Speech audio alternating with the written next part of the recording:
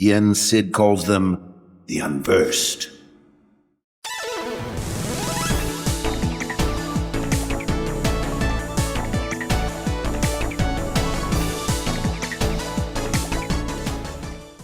What is up, folks? We are back once again with your favorite Kingdom Hearts discussion game show, something in the middle, and that is Converse, the show where we take a 2.5 minute long trailer and turn it into a gigantic discussion, because this is it, man. This is what we've been waiting for the last year.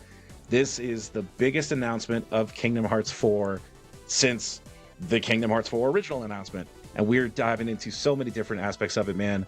Let's not delay. We got our biggest panel yet, because this is the biggest news yet, man. We got Dango Candlelight, we got BJ Burnsy, we got Tuesday the Third, Resurrect, we got Seamusislemons, we got past winners and potentially new winners here today. So let's not delay and get right into it, man.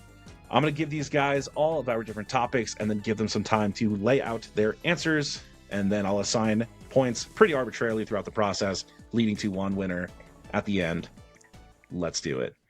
What could the lead topic be if not this? The official Kingdom Hearts 4 trailer that we've all been waiting for, coming at a Nintendo Switch Direct. I just want to know from each of my panelists, I'll go in order as y'all appear on my screen, what was the thing that stuck out to you the most Tuesday the 3rd?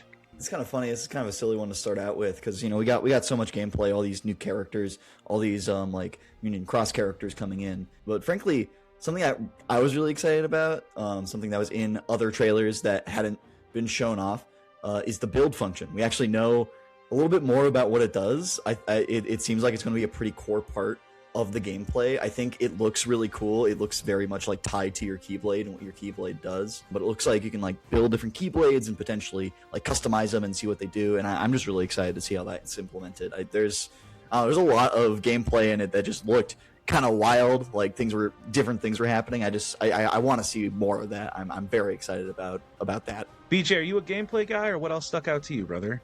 Yeah, I like gameplay. So my answer to the question, though, is I want to know more about the Nominador. I don't see a lot of people talking about this. I don't know if this discourse has already been had, but there is a door that has the nobody symbol on it that Sora, during combat, pulls out the Keyblade riding wave thing. And that door, it looks extremely like it was drawn with crayon. So that's why I'm calling it the Nominador, and it also has the nobody symbol on it, right? That just screams Nominate. So it might just be a Keyblade form change special attack thing, but it's still very interesting to me. It is interesting, Dango, and I see you grabbing your chin, brother. What's on your mind? What's sticking out to you? Oh, that is super interesting. Honestly, I haven't gotten the time to dive into all the intricacies of what was revealed in the trailer. And the thing that stuck out to me the most was just the pure shock that it was revealed at a Nintendo Direct. So I'm very honest with you, that was the thing that stuck out to me, just out of everything. Rez, what stuck out to you, brother? What'd you like out that trailer? It's a really small thing, but the amount of life in the city. A lot of the time, Sora is a hero, but there's very few people that are actually saved, right? Getting to see Sora actually get in front and save people is great, because we have all these Disney worlds with only 4 NPCs, and now we have so many people for Sora to interact and save, and I think that's going to feel much more epic than it has before. Seamus, is Sora, as the hero of the people of Quadratum, the thing that stuck out to you the most? Yeah, to kind of continue on the whole thing with Quadratum, really that trailer further heavily emphasized the whole world of Quadratum, which I've heard some people kind of give a little bit of groaning about not seeing other worlds. I like that they're focusing on that. We got to see more scale with the entire city. We got to see more dark side and some more just regular enemy combats. There were some nice throwbacks to areas, I think, in Remind that we got to see as well. I thought it was cool. It is very cool, man. And you know what else is pretty cool? Water is pretty cool. So we're going to jump right into our second topic here and talk a little bit about water. I'm going to start with my man Tuesday the 3rd, because you did make mention of this Keyblade, and there's a lot of rumors swirling, much like water does, about what this Keyblade could mean. You mentioned the lava, the water. What are you seeing in that Keyblade? What might that potentially lead to?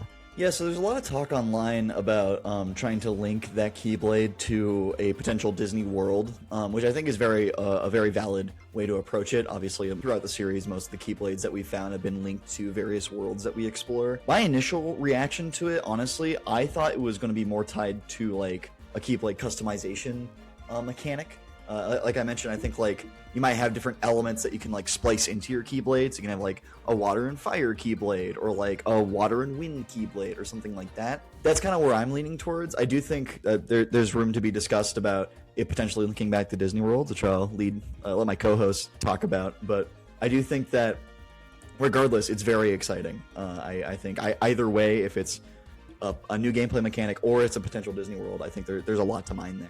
You get super points for that one, Tuesday, because the idea of a customizable Keyblade is fucking rad. Rez, don't you think so? What are your thoughts on this Keyblade?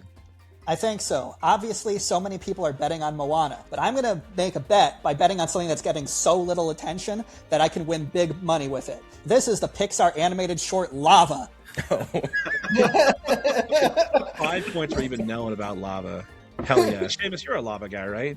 Always and forever. I would also agree that, you know, if we are going to tie this to a world, it is fair to bet your money on Moana. I do really like Tuesday's idea of mixed like elemental customization. I'm gonna throw a little curveball here, and I'm not the only one to think this. I think it might be something related to elemental.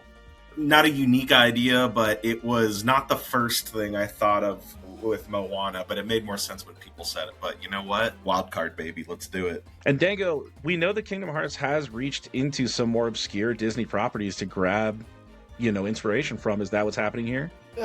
Probably not. I mean, it could. You know, I'm not going to go as far to say as Moana is like confirmed, but you know, it came out around the time when like Kingdom Hearts 3 was done with development and probably looking at, you know, what's the next big thing we want to put in Kingdom Hearts 4. The timing makes sense, just as in the timing made sense in Kingdom Hearts 3 when Frozen got in, right? So I think you're very likely to see Moana. BJ, are you a very likely guy? Are you a confirmed guy? Where you land on the Moana train? I think it's between Moana and Elemental. I hope it's not Elemental because that'll mean I have to watch Elemental, and I've heard it's not so great. That's a cheap shot at Elemental. I'm sure it's fine. But I like Moana. The only thing I do hope for, though, is that there's no underwater swimming sections of the Moana world. Not on board with that. And one thing really quick I do want to say is I think it's interesting that we have a Disney themed Keyblade in Quadratum, because we kind of have this maybe assumption that Quadratum is going to be the first world that we start the game in. So it'd be interesting to have a Disney Keyblade in there, unless it's like a Olympus, like how it was in Kingdom Hearts 3, where it was the what's it called, like the tutorial world basically. So maybe it might be something like that. So moving into our last lead topic, we go down south of the equator to our friends in Australia. The reason we're talking about the Australians is because there is this rumor going around, and I'll put it up on screen now, that there is a leak saying that Kingdom Hearts 4 is definitely happening next year. Again, this is one distributor. This is not guaranteed, but Resurrect, does this make you think that, yeah, this is definitely happening? No. We see stuff like this all the time where one thing says, oh, this date, and it's never a reliable way to predict when things are coming out. I am going February 2028. Lock it in. Yeah, right. I like the confidence. BJ, are you going to trust the Australians? Sure. I have nothing against them. I will say that it seems likely, but I'm really just kind of saying that because I see smart people on the internet saying it. I don't know shit about poop on any of that. So sure, your guess is as good as mine at this point. And that is the searing insight you come to expect from us here at the Unversed Creative Network. Seamus, what are your thoughts on this potential release date leak? I do believe that Final Fantasy VII Part 3 is going to be coming out Q1 of 2027. I don't see a way in which Square Enix would want to overshadow one versus the other. I am in agreement here with Rez. I think it's going to come out Q1 or early Q2 of 2028. It would just make sense to space out two very large IPs for Square Enix in that way. But Dango, what about the fact that next year is the 25th anniversary of Kingdom Hearts? It's got to tie in somehow, right?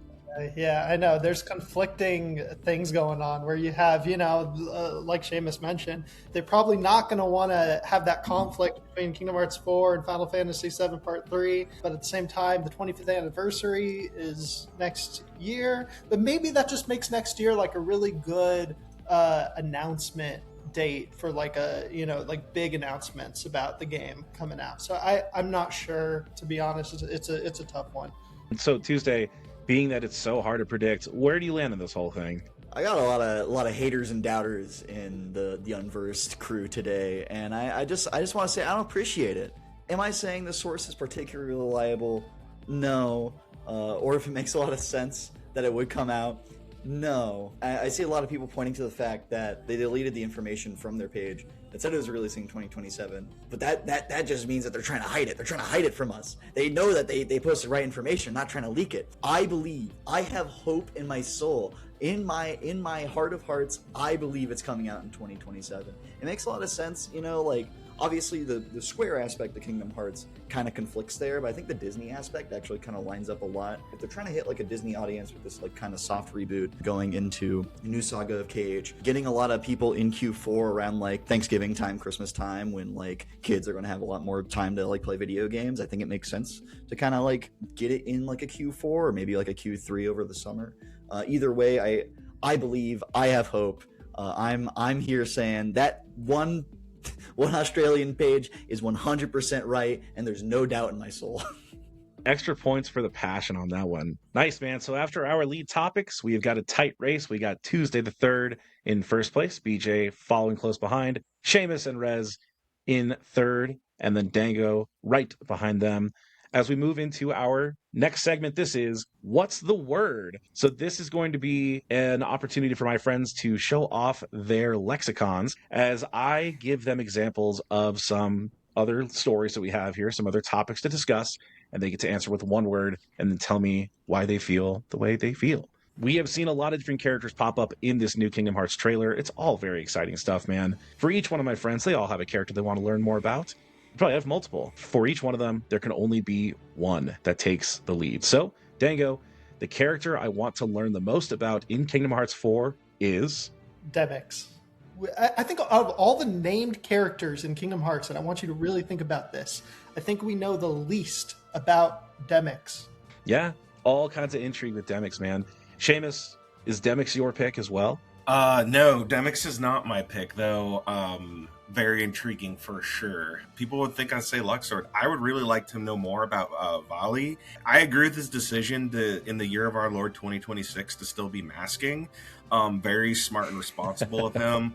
I want to know, if there's COVID in Quadratum, in and around there, and I just want to have a nice brewski with the guy. What's he all about? Shouts out the upperclassmen, man. Shouts out these characters from Dark Road and Union Cross. Tuesday, is that one of your picks? Is a Dark Road example, or who do you got? No, I think that's a good pick. Personally, I really want to know about a woman in the cloak giving the monologue at the beginning of the trailer. When I watched it, my initial thought was like, who is someone we don't know a lot about? I was thinking like maybe Subject X for a while. I know some people were doing some comparisons with the Japanese voice actress for Ava from Back Cover. And they also sound very similar, so it's also very possible that that's Ava, which would also be very interesting. Either way, like, I don't know, she's saying a lot of mysterious stuff. Obviously, we know that Quadratum's kind of like this world between where people kind of go when they die. It's sort of whatever the name for the place between heaven and hell is. I just think it's interesting when we see characters we don't know. That's so rare in Kingdom Hearts. There's so many characters with names. We have this character we don't necessarily know, even if we think it could be potentially certain characters. BJ. Yeah, my word was going to be Demyx. Dingo took it from me, and that's fine. I do have a plan B, but I do want to make a prediction. His name is going to be Dye-M, DYE-M, and he's going to be like a J-pop star, right? Like there's a lot of these K-pop bands and stars. They have names that have punctuation in them. It's going to be one of those situations. But no, I'll change my answer to really any of the Dark Road characters. I am so glad that the mobile games are getting all of this validation and attention now. So I cannot wait to get more lore unraveled about all of them. Which leaves Resurrect. So many characters to choose from. Who is your favorite? My choice is obviously Luxord. Back in the day, Nomura said that this was one of his favorite characters in the organization. So we know that Nomura has been slow cooking with this man for so long. This man is going to be responsible for M. Night Shyamalan level twists coming into Kingdom Hearts 4. We are going to get all of the most insane shit all born from this man. He got the cards, all of the cards, and it's going to be all in his hands, and he's going to make the whole game a 10 out of 10. Let's go. As we continue to make predictions into what we're going to see in the next game, we have made mention of the fact that we've only seen Quadratum so far. That's been it. Just Quadratum, nothing else. So eventually, right, we're going to get something else to latch onto. And Dango, what will that be?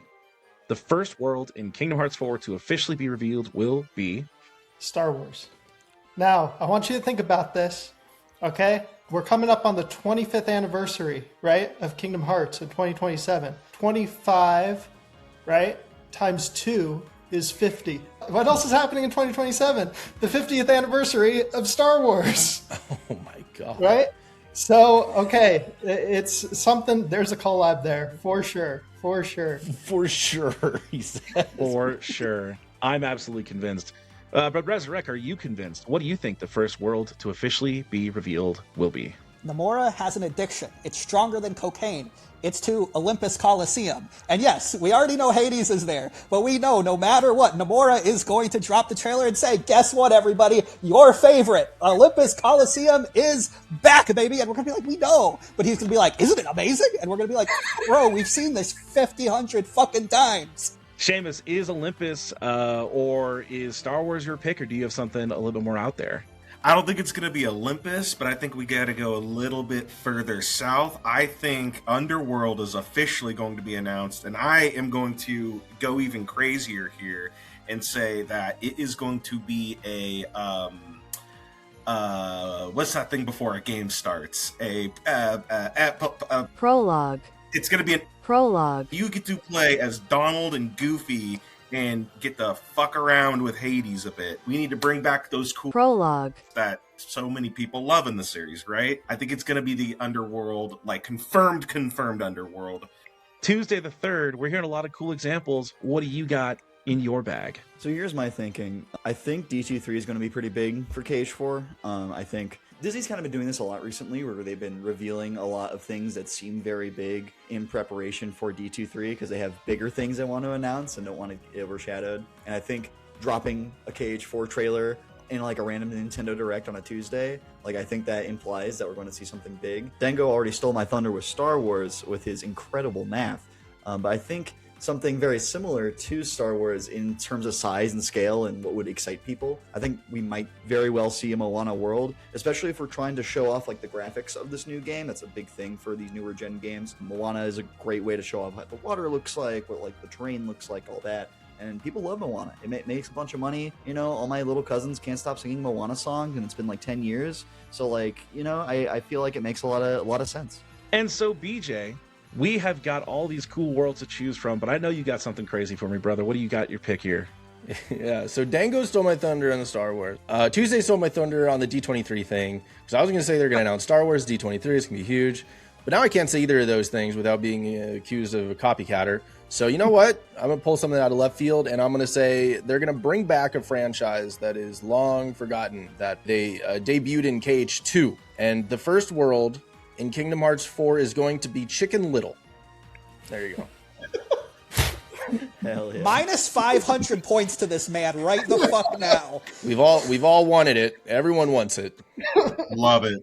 So as we continue to talk about the things that were revealed at the Nintendo Direct, we're also going to talk a little bit about the KH collection. Very cool that it's all being ported to the Switch 2, the entirety of the Kingdom Hearts story so far. However, we must put a little bit of a dour note into this conversation, or a potential dour note, right? We'll talk about it, is that there are now some suspicions that the Kingdom Hearts collection's box art was made utilizing AI for various reasons that I'm sure my guys will talk about. Rez, is this a big deal? Is this a non-issue? Where do you land on the fence here? So me personally, I'm not into AI in art.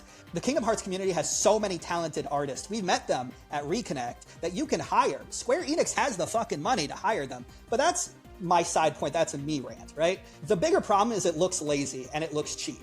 And Square Enix, for bringing back Kingdom Hearts 4 after such a delay, needs to look better than this. It doesn't look good. Mismatched fingers. I've seen so much better art coming out from you guys on Kingdom Hearts, and this ain't it.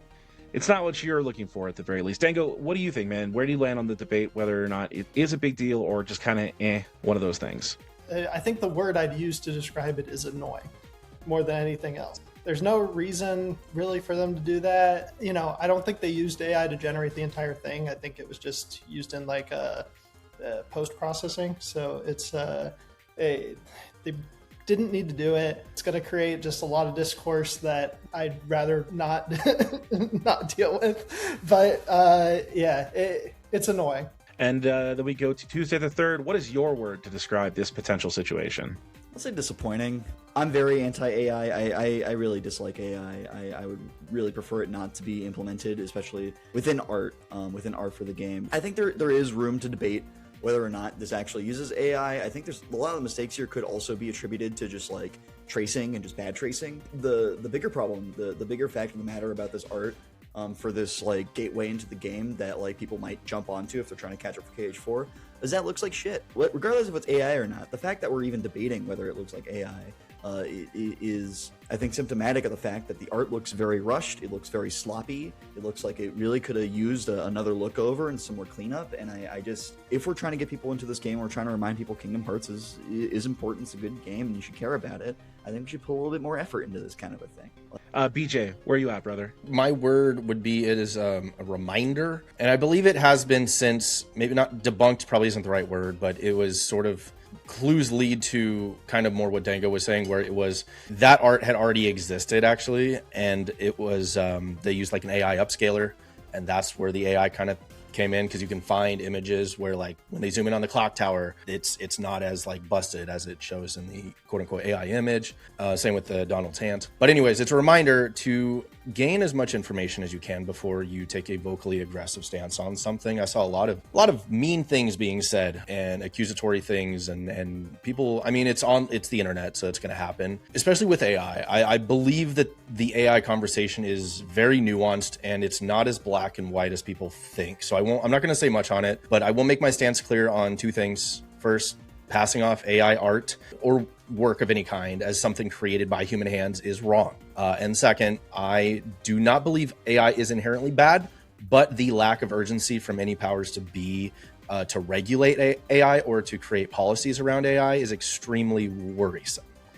And I guess that's kind of all I'll say on that. Which leaves us with the brother Seamus.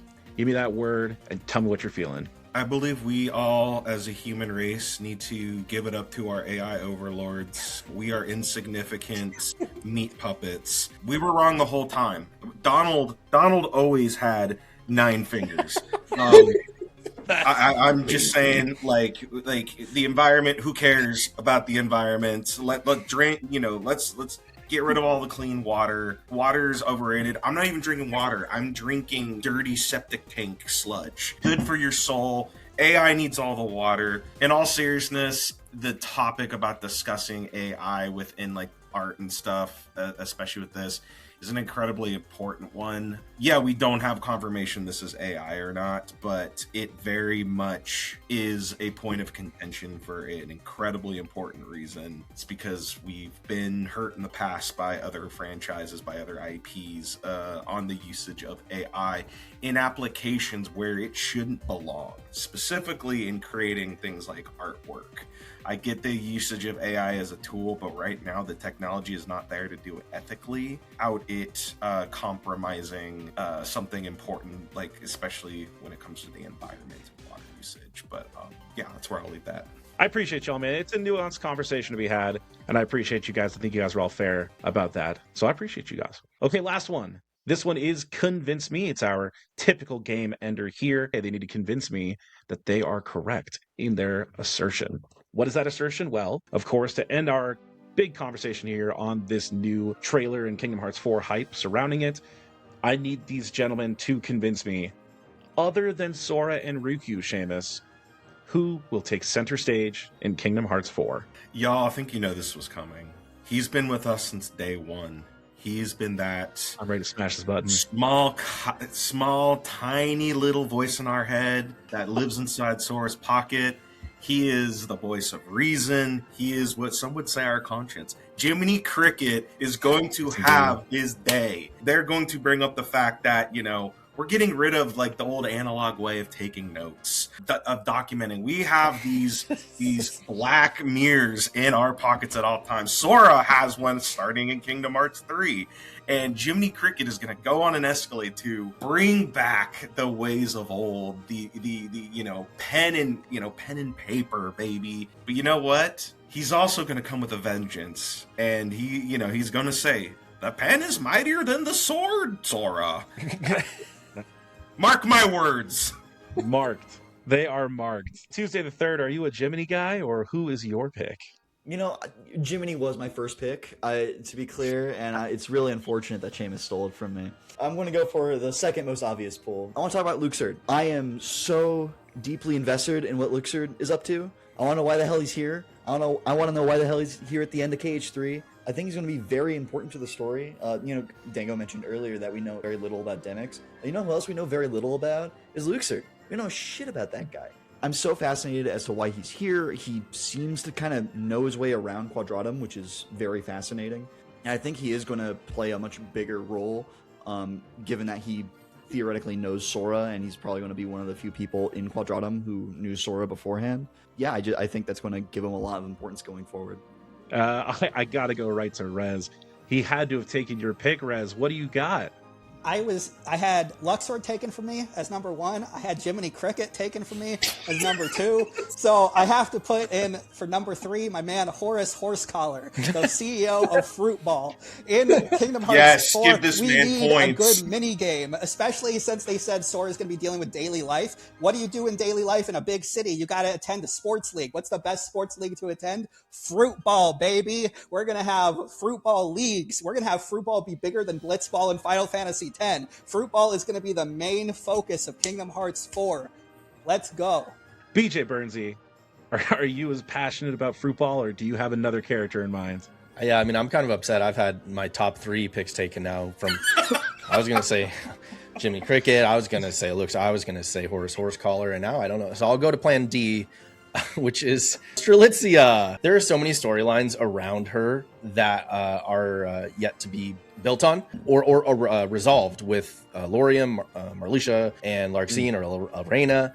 And she's been so prominent in all of these trailers for KH4. So Strelitzia is my answer there. And then Dango, take us home. Who you got in mind? I gotta throw in the towel. I can't compete with Horace Horsecollar and Jiminy Cricket. That's crazy.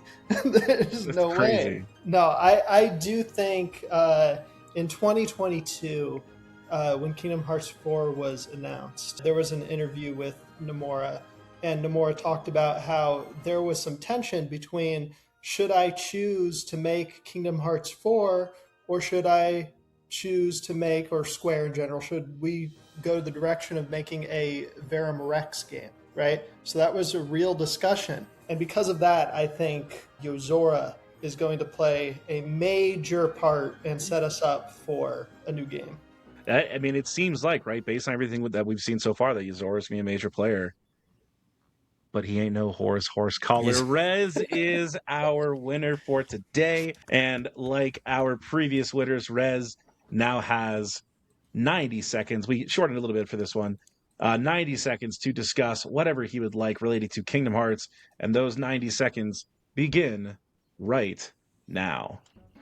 If anybody has played Split Fiction or It Takes Two, one of the main things I love about some of the side mini games is you get transported into these mini worlds that only last about 5 minutes. Now that we've done Winnie the Pooh to death, I believe that we can use these side stories and take place in Pixar shorts and movies that are not big movies. I believe that we can use this to take so many Disney movies that don't deserve a whole world, but could deserve a mini game or a side story.